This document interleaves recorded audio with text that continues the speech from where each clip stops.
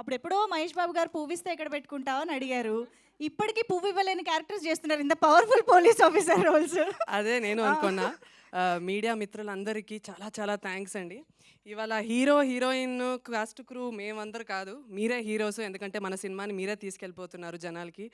So please please be kind to us అని కోరుకుంటున్నాను. First of all big thanks to Srividya. నన్ను నమ్మి నా భుజాల మీద ఈ సినిమా ఇచ్చి, అంటే నువ్వు చేయగలవు అని నన్ను నమ్మినందుకు చాలా థ్యాంక్స్ విద్య.